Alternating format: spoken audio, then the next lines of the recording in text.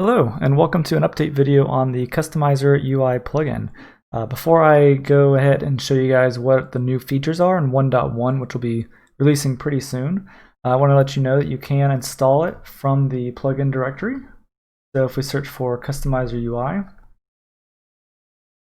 and scroll down, you'll find it right here. It currently has no reviews, very few installs. So if you try it out and you like it, please leave a review and help me get this plugin to the top of the page. Now let's jump into the new features of the Customizer UI for 1.1. The first thing that I'd like to show you guys is that we can now duplicate a section. So if we have a section already created and you want to create a similar section, you can just duplicate it and you can start working on your second section. This automatically adds a number to the section name as well as the IDs for all the fields so that they are unique. I can duplicate it again. And now we have 3 sections.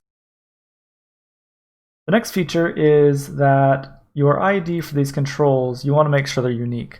So if you're working on a theme and you want to make sure it doesn't collide with any plugins that may be installed, you may do something like WPCUI underscore first name, something like that to be unique.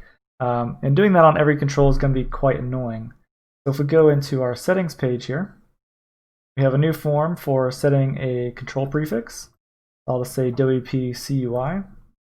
And this will not only make it easier for new controls you create, but if we go back here, it'll update all the controls that you already have created. So you have WPCUI first name, a much more unique key. The next feature is going to be the section manager page. And this has a lot of cool stuff built in. First of all, you've noticed that there's a lot more sections here. These are all the sections that come built in with WordPress. You can see they have the core here labeled just so you know what it is. And the cool thing about this is you can rearrange them. So we've got our site location information.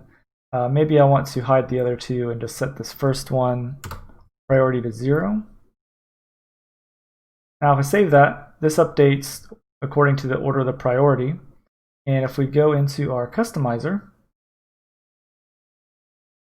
we now have that site location information at the very top of the customizer. Now the priorities and the visibility work with both the custom sections that you create as well as all the core sections. So we can get rid of some of these sections. Let's say we want to get rid of a bunch of these. We'll just leave colors, site location information, and whatever else is loaded with the theme, which I'm using 2020 theme. Go into the customizer. And now we've gotten rid of a lot of those extra customizer sections that you may not want your user using. Now if you'd like to go ahead and try this preview of 1.1, just hop over to the GitHub page and scroll to the bottom, and you'll find a link to download the 1.1.0 preview.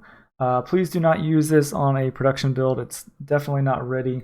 I believe there are still some bugs. I haven't fully tested it, but you can download it right here. This is a fully built version, so you don't need to use Composer or anything. You can just download the zip, upload it to your development environment, and be free to test. If you find any issues, please feel free to open an issue on GitHub.